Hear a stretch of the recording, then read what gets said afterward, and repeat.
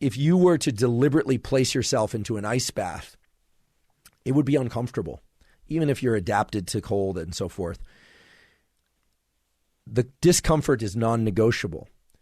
However, if you are doing it because you want to or because you have knowledge that there are particular health benefits, the medial prefrontal cortex can then control areas of your deeper brain, like the hypothalamus, to positively impact the neurochemicals that are released into your system. You'll still get a lot of adrenaline by getting into the ice bath, but the fact that you are doing this deliberately and your knowledge that you are making the choice, that it's you that's deciding to put yourself through this discomfort, has been shown to create a very different and positive effect on things like dopamine, on things like anti-inflammatory markers in your immune system, et cetera, compared to if someone pushes you into an ice bath, or if you are doing it because someone insists that you do it and you really, really don't want to.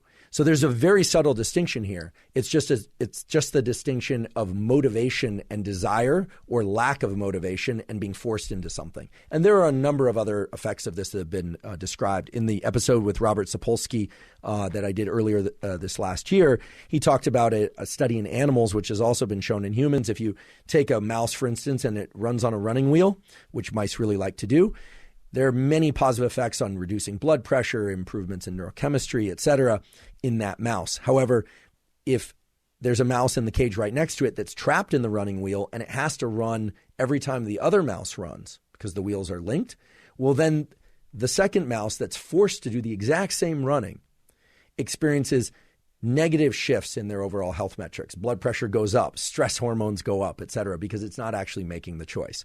Medial prefrontal cortex is the knob, or the switch rather, that can take one experience and allow us to frame it such that it creates positive health effects.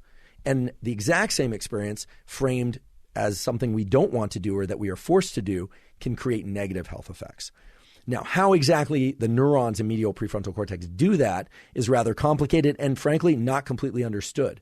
But it's somehow able to adjust the activity of other neural circuits that are purely reflexive, as we say in neuroscience, like really dumb neural circuits that are just like switches, and place a context onto it.